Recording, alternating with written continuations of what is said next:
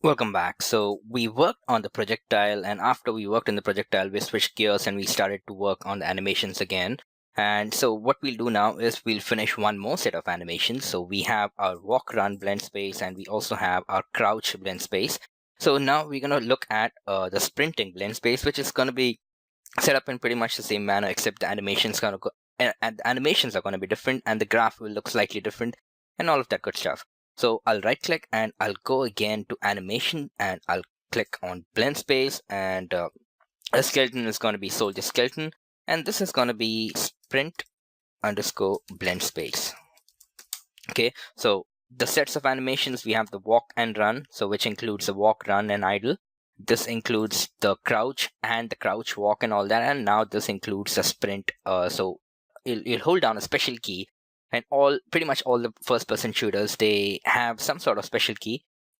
I think a lot of first-person shooters, they have the shift key as a sprinting key, but I switch it around for my own convenience. I switch my sprint. I make my sprint to the alt key, I believe, and all the time, yes. So when you keep your alt pressed and you move around, then which means that it's going to directly jump over to your run state, and it's going to keep running. Okay, no matter what your axis speed is. So that's what we're going to try and create now. So first I'll save all just in case, and then we can proceed. All right, so the setup is going to be very similar. So I'll double click on the sprint blend space, and you can see all the blend spaces listed down at the bottom of your asset browser inside the animation tab in your mesh editor. So I go to asset details, and now I'm right now at the sprint blend space, so nothing has been marked out. So for the name, for the horizontal axis, I'm going to name these out first, and then I'm going to start putting the animations inside.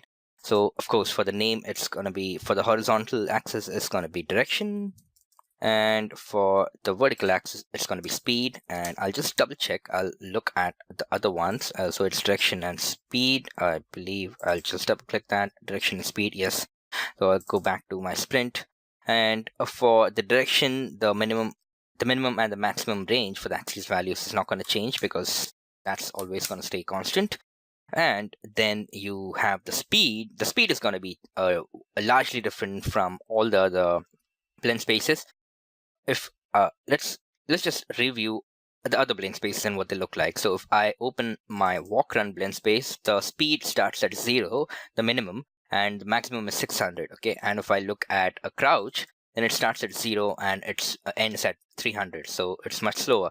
Now, however, for sprint, this is going to be above and beyond your top speed, your top max speed. So this is going to start at 600 and end at 1000. Okay, so first I'll have to not add the 600 there. I think I'll add 1000 first in the maximum value, and for the minimum axis value, I'll add 600 here. Okay, so now we have everything set up. So from 600 to 1000 on speed, that's the vertical axis, and from minus 180 to 180 on the direction on the horizontal axis. Alright, so now it's the time to add those animations, drag the animations and drop them inside the graph. First thing is, I'll be adding something at this point. The first thing I'll be adding is not walk, but sprint. Say sprint forward in place. And I'll drop that here. And he starts running right away. And I'll just hit somewhere there. And yes, if I look at him from this angle, there you go. Okay, that looks good. And that's a sprint forward, and then you also have a sprint left in place, so I'll add that here. And I'll also have sprint right in place, which I'll add here. And then you have to make it easier, so I'll just filter out all the sprint animations. And now then you have sprint left in place, and you have sprint backward in place, which would be, I believe, sprint backward left in place, and then sprint backward right in place, like that. And if I bring in my, I don't know, if I just close that, shift. Okay, so now if I bring in if this thing ever, gets lost, or are not able to see this at all, if you can hit shift and you can just if you move your mouse, it's going to move along with your mouse cursor. Okay, and if you want to drag it around, and then there you go, and that's actually he's sprinting to, and this is sprinting backwards, I believe. This is sprinting forwards, and this is sprinting. I think this should be what is this? I'll just bring up the names, and this is sprint left in place. Okay, and this would be sprint again. I'll select all the sprint animations and sprint backward left in place. This should be, and sprint backward left in place. Or no, wait, sprint backwards. Do you have sprint backwards? Sprint right in place, sprint backwards, sprint forward.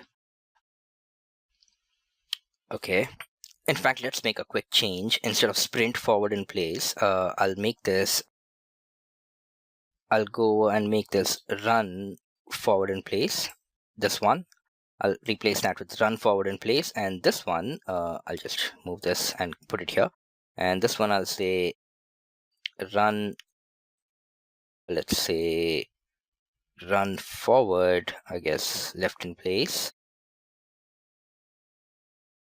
So this should be run left in place. So there it is.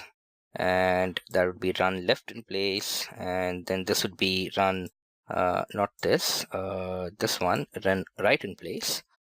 There you go. And I think I'll just turn it off now.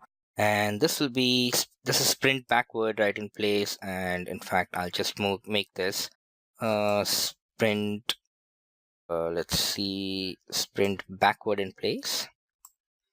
Sprint backward in place and sprint backward in place. There you go. And now if I move this around, I can see that he's running, and then he starts sprinting right away.